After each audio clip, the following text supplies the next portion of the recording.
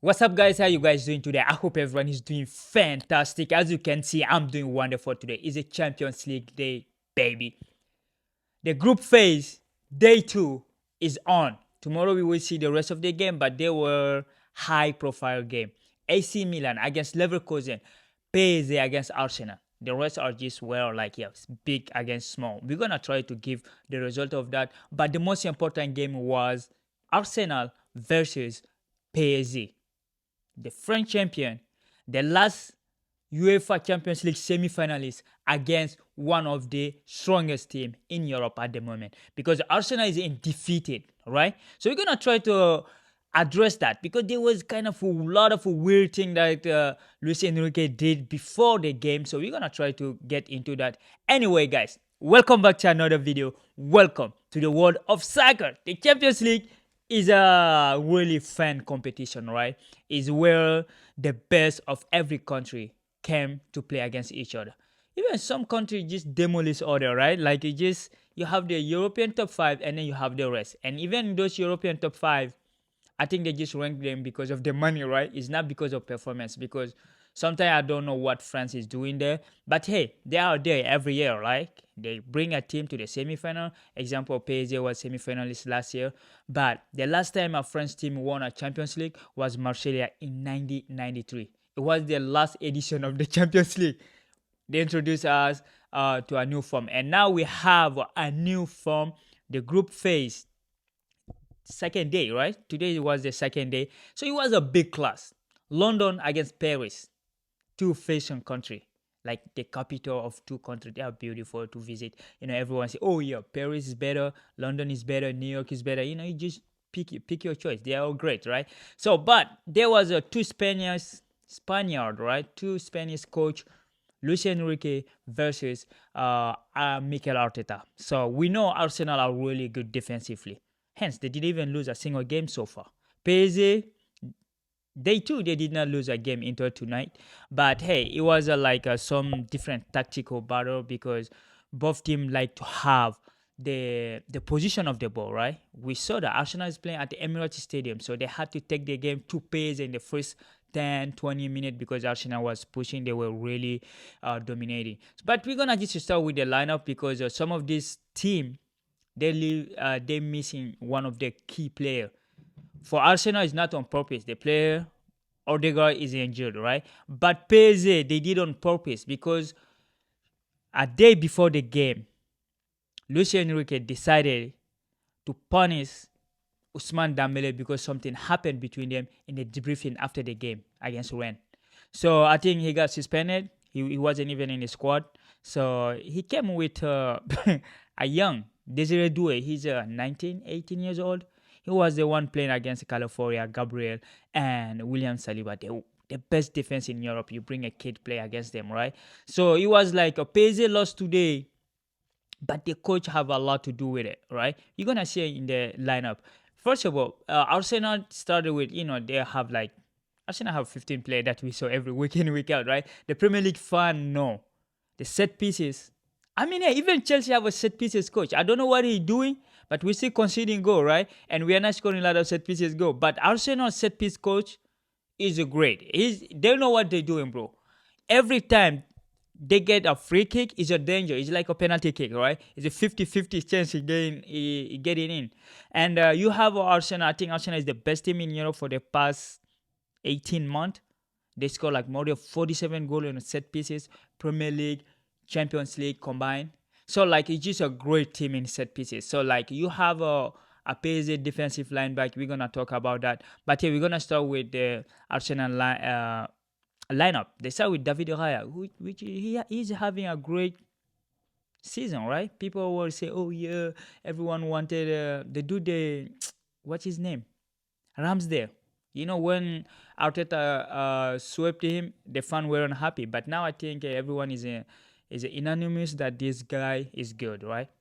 Have a Gabriel, William Saliba, definitely one of the two best defender. We're gonna talk. There's an anecdote between Frank Lampard and TNT represent Pandit. We're gonna address that because that was crazy. Yeah, as Chelsea, you're Chelsea all the time, right? And you have Julian Timber and California. Those were the back four, and then you have a four defense, right? A four midfielder: Rice, Partey, Saka, and Martinelli.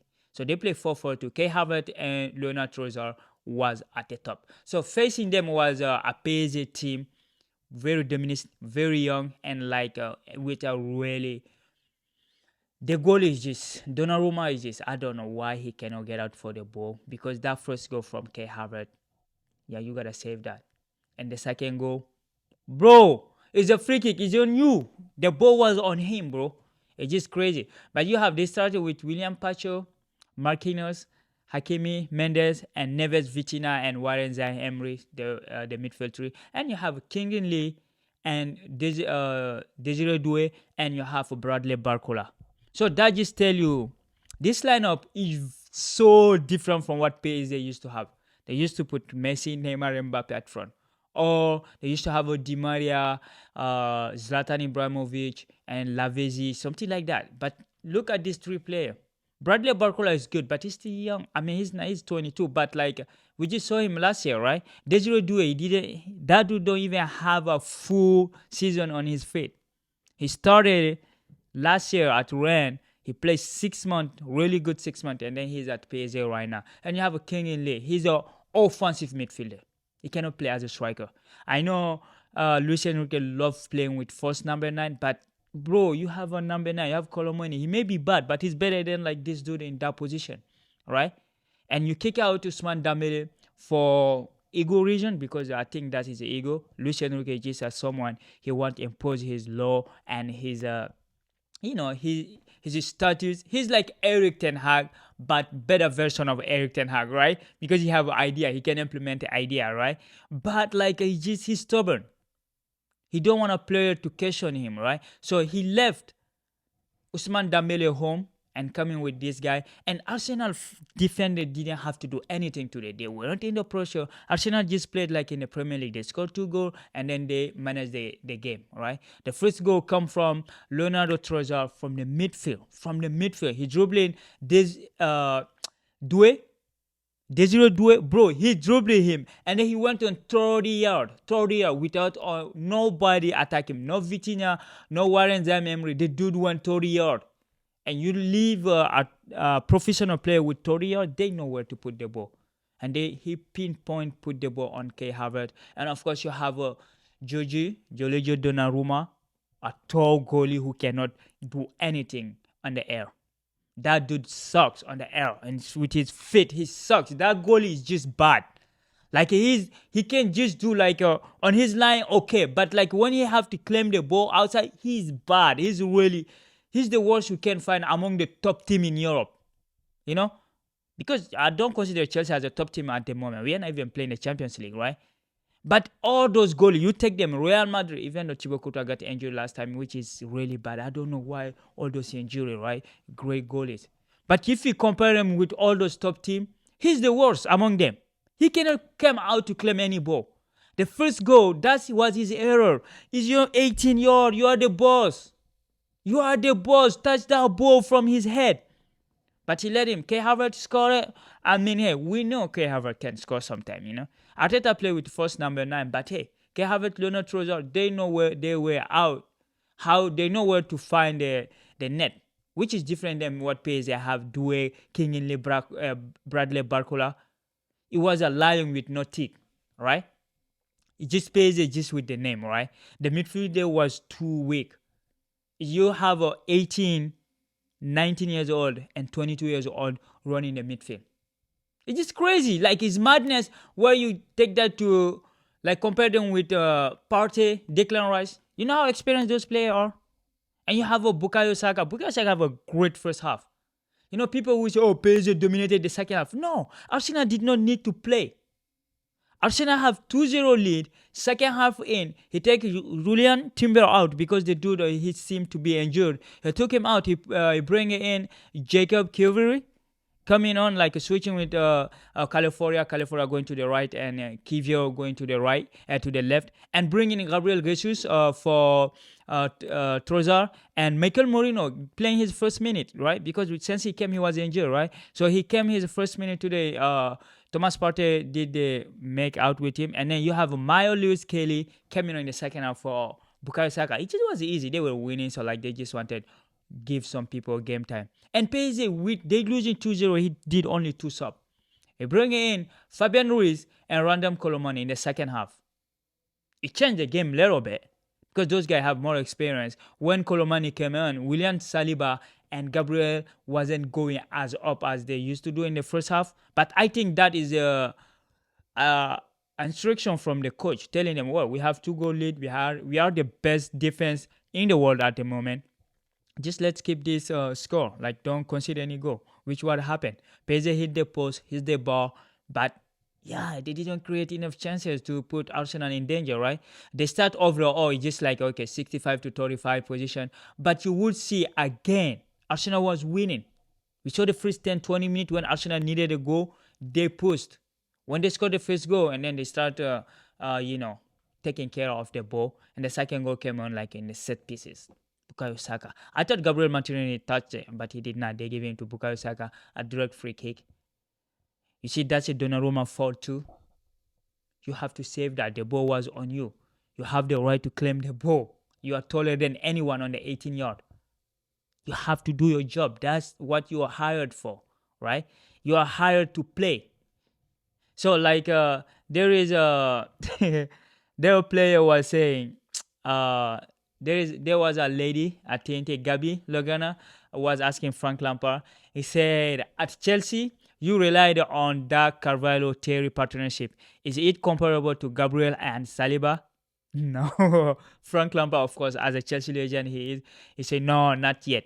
If they go and win 2 or 3 Premier League and a Champions League, then maybe you can compare them. But it's not fair at the moment. They're still young. So they're still young, right?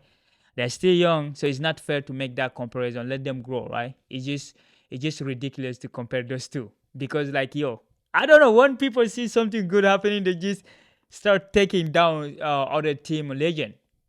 I mean, they're good. Don't get me wrong. Gabriel and Saliba partnership are really good. They're good. I mean, hey, Arsenal, really good 3-point. Now they have a 4-point, right? Because they tied against Atlanta the first leg. And PSG have only 3-point because they won against Girona with the mistake of the goalie. So this just bring the question back. Is PSG good enough for the Champions League? Do they have the squad? Because their coach refused to sign Osimhen. He said they have everything they need. I mean, Gonzalo Ramos is injured. He's gonna come back. I'm pretty sure his beef with Ousmane Dembele is just one game, So we're gonna see what's gonna happen because they're gonna play against PSV next. So, and Arsenal will be playing. I don't know who they're playing, but they're gonna be playing. So overall, it was a good day in the office for Arsenal. Even though Bukayo Saka was saying at the end of the game, oh yeah, I do think this is the year. They think to win the Premier League, to win a major trophy will be the year this year. I don't see a team like that because PSG is they're not structured well. It's a team after playing without Mbappe for the first time in 7 years. So the coach is still finding his way. And their player like Gonzalo Ramos, the number 9, is injured. Ousmane Dembele was taken out. Fabian Ruiz didn't start. So, I don't think winning this game will give them something to say they're going to win the Champions League or even the Premier League. Because the Premier League, we saw Liverpool, we saw Man City, we saw Chelsea, we saw Man United. Yeah, by the way, Bruno Fernandes' red card was overturned. So, he's going to play the next game. We're going to see what they're going to do against Porto, right? So, overall, it was a good day for Arteta and his boys. Very solid, convincing win. You could just say Arsenal was better team overall, better collective than PSG. So, but I don't think they should make them carry away because it is crazy. So overall, in France, it was 2 teams playing today. Of course, Brest won the second game in the Champions League in their history. They won 4-0 against Strasbourg. Now Brest is at the top. That's crazy. 2-game, 2-win, a 0-goal conceded. Right? So, they won a 2-1 the first game. So, they're good. They have 6 points. Even though PSG lost today, Brest won against Red Bull Salzburg, and you have Monaco is gonna play against Dinamo Zagreb, which I think they're gonna win, right? And you have Lille playing Real Madrid. That, yeah, we know that's a loss. Maybe France gonna take 50 out of 100 this week, but overall, like it was a lot of good game. Brest winning 4-0, Inter Milan winning 4-0, but it's against Partizan Belgrade. So I mean, beautiful free kick from Chalanoglu, and you have Arnautovic having a great game. He scored a goal, a penalty, but that was good. And you have Stuttgart and Sparta Prague 1-1, and Sporting and PSV Eindhoven 1-1. Those two teams, they missed some chances. Like the Sporting player take the ball 1v1 with the goalie, he fall up without nobody touch him. It's just like a sniper was there to shoot him. So he fell up before the ball. And PSV Eindhoven striker get the same, and he missed it. He kicked out. So 1-1 I think is a fair result.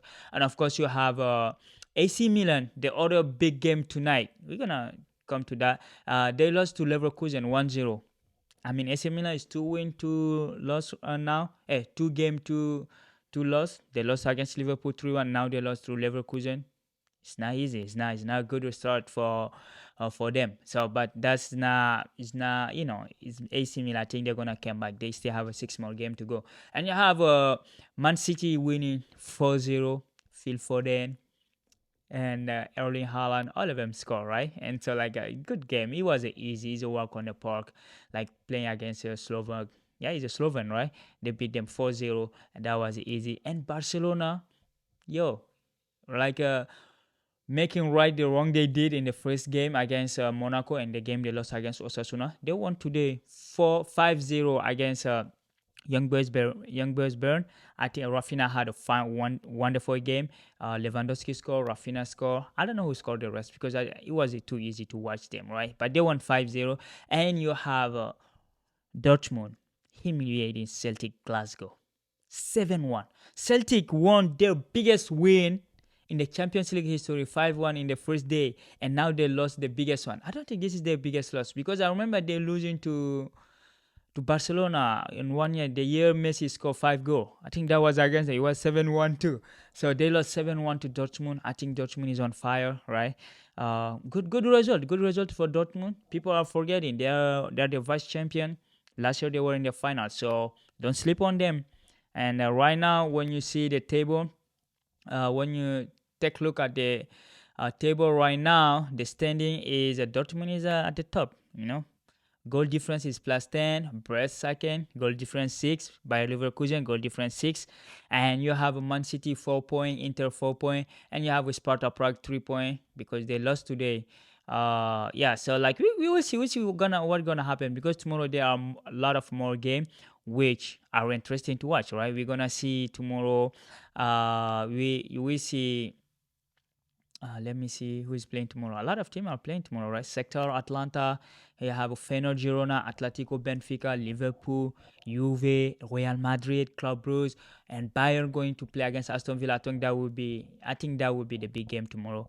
Bayern Munich and Aston Villa, and of course Juve, RB Leipzig is a good game, and Real Madrid Lille is a good game because Lille play with the ball. So anyway, guys, this is what I have for you guys.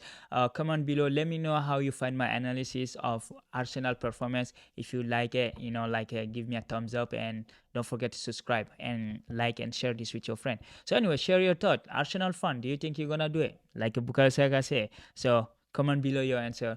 Be there tomorrow. See you, and hey, stay safe, stay strong. Peace.